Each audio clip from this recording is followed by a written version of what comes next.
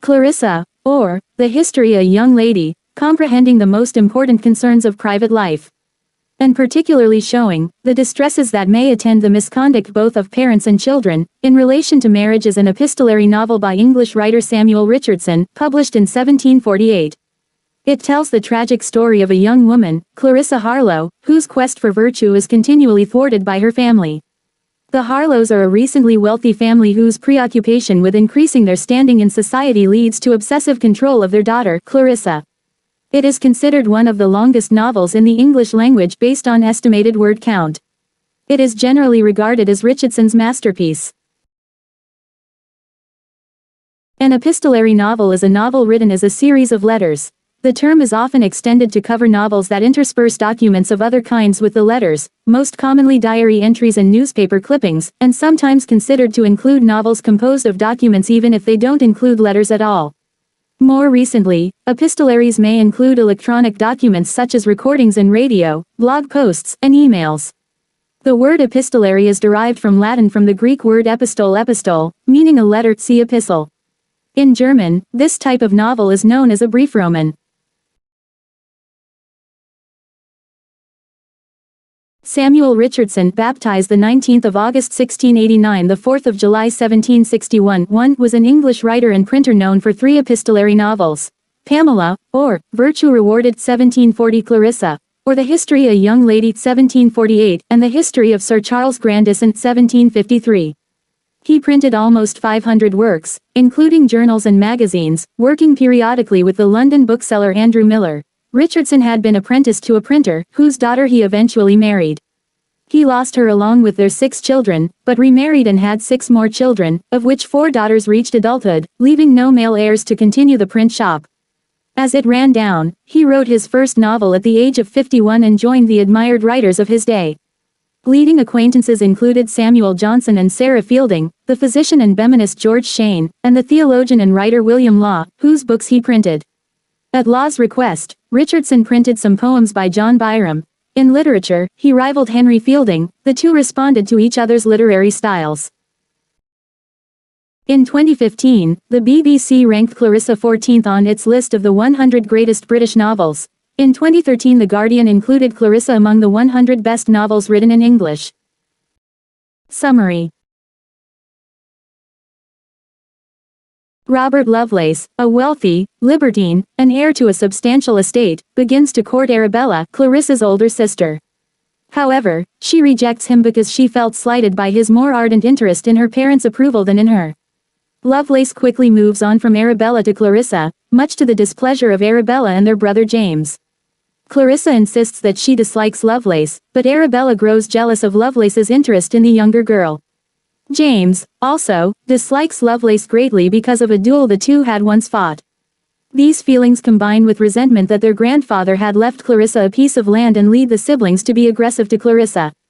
The entire Harlowe family is in favor of her marrying Roger Solmes, however Clarissa finds Solmes to be unpleasant company and does not wish to marry him, either. This makes her family suspicious of her supposed dislike of Lovelace and they begin to disbelieve her. The Harlowes begin restricting Clarissa's contact with the outside world by forbidding her to see Lovelace. Eventually they forbid her to either leave her room or send letters to her friend, Anna Howe, until Clarissa apologizes and agrees to marry Solmes. Trapped and desperate to regain her freedom, Clarissa continues to communicate with Anna secretly and begins a correspondence with Lovelace while trying to convince her parents not to force her to marry Solmes. Neither Clarissa nor her parents will concede. They see her protests as stubborn disobedience and communication between parents and daughter breaks down. Lovelace convinces Clarissa to elope with him to avoid the conflict with her parents. Joseph Lehman, a servant of the Harlowe family, shouts and makes noise so it may seem like the family has awoken and discovered that Clarissa and Lovelace are about to run away. Frightened of the possible aftermath, Clarissa leaves with Lovelace but becomes his prisoner for many months. Her family now will not listen to or forgive Clarissa because of this perceived betrayal, despite her continued attempts to reconcile with them.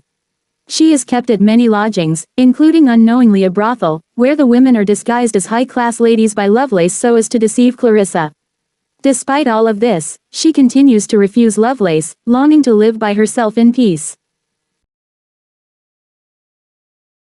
Lovelace is too cynical to believe that virtuous women exist, and he is desperately trying to seduce Clarissa, despite declaring that he loves her. Although he puts her under increasing pressure to submit, Clarissa does not waver. Under the pretense of saving her from a fire, Lovelace at last gains entry to Clarissa's bedroom, but she thwarts his attempted assault with vigorous resistance. She promises, under threat of rape, to forgive and marry him. However, she considers this promise made under duress as void. Soon after, she makes her first successful escape from Lovelace, concealing herself in lodgings in Hampstead. Enraged by Clarissa's flight, Lovelace vows to seek revenge. He hunts her down to the lodgings where she is hiding and rents all the rooms around her, effectively trapping her. He hires people to impersonate his own respectable family members to gain her trust. During this time, he intercepts a letter to Clarissa from Anna Howe warning her of true extent of his deception and roguery. He commits forgery to put an end to the communication between them.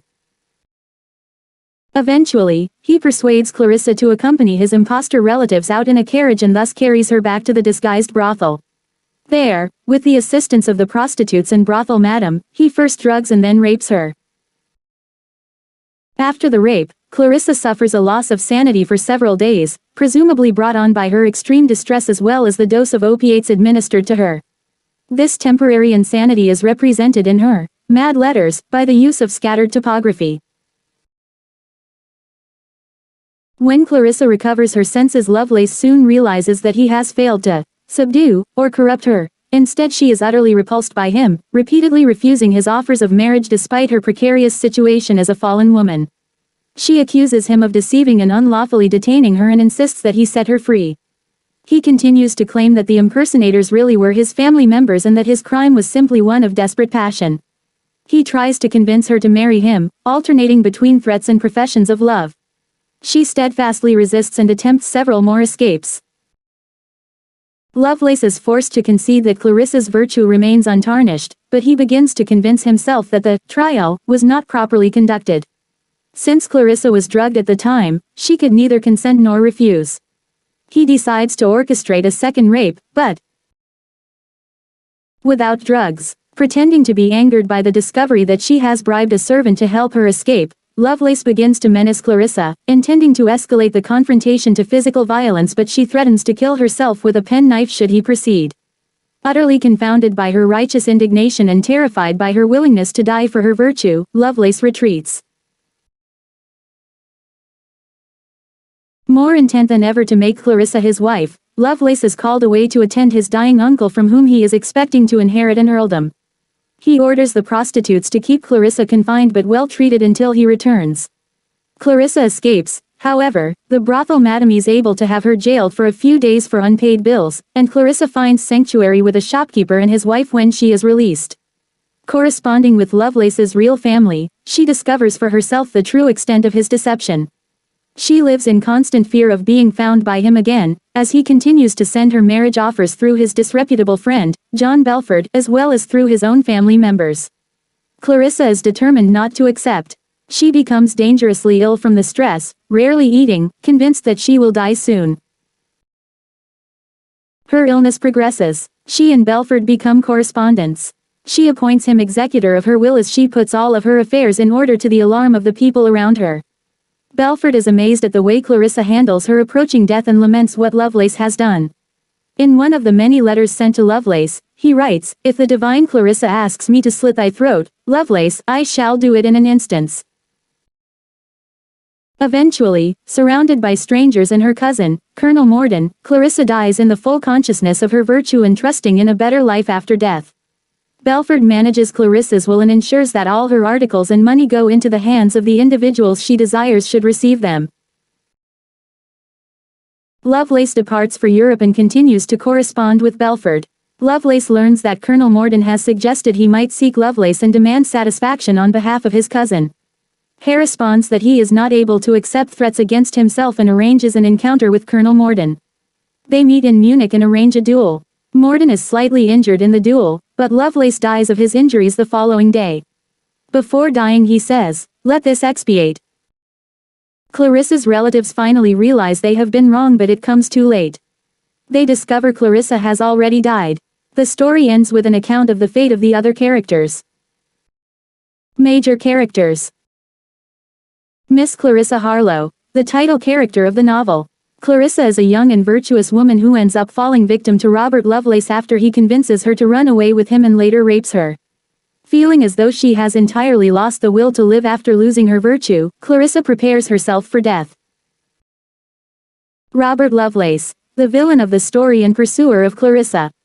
Mr. Lovelace is seen as a vile and selfish character who refuses to stop lusting after Clarissa until he gets what he wants. Anne Howe, Clarissa's best friend whom she continuously writes to throughout the course of the story. Anne serves as Clarissa's confidant as the story progresses.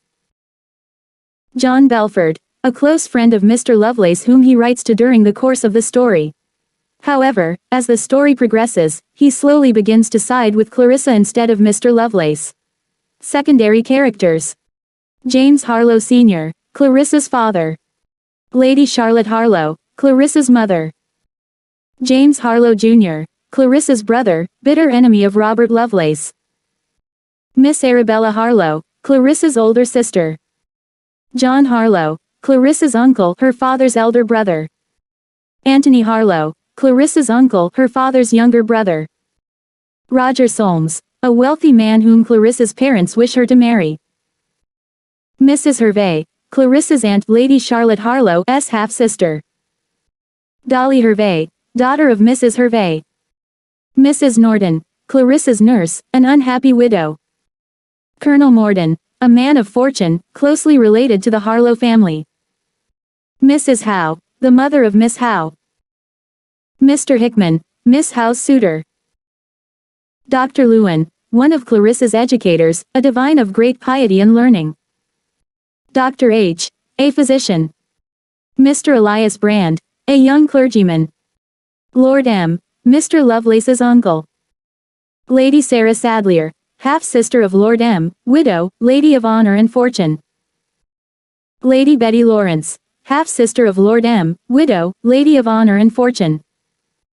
Miss Charlotte, niece of Lord M., maiden lady of character. Patty Montague, niece of Lord M., maiden lady of character. Richard Mowbray, libertine, gentleman, companion of Mr. Lovelace. Thomas Dolman, libertine, gentleman, companion of Mr. Lovelace. James Torval, libertine, gentleman, companion of Mr. Lovelace. Thomas Belton, libertine, gentleman, companion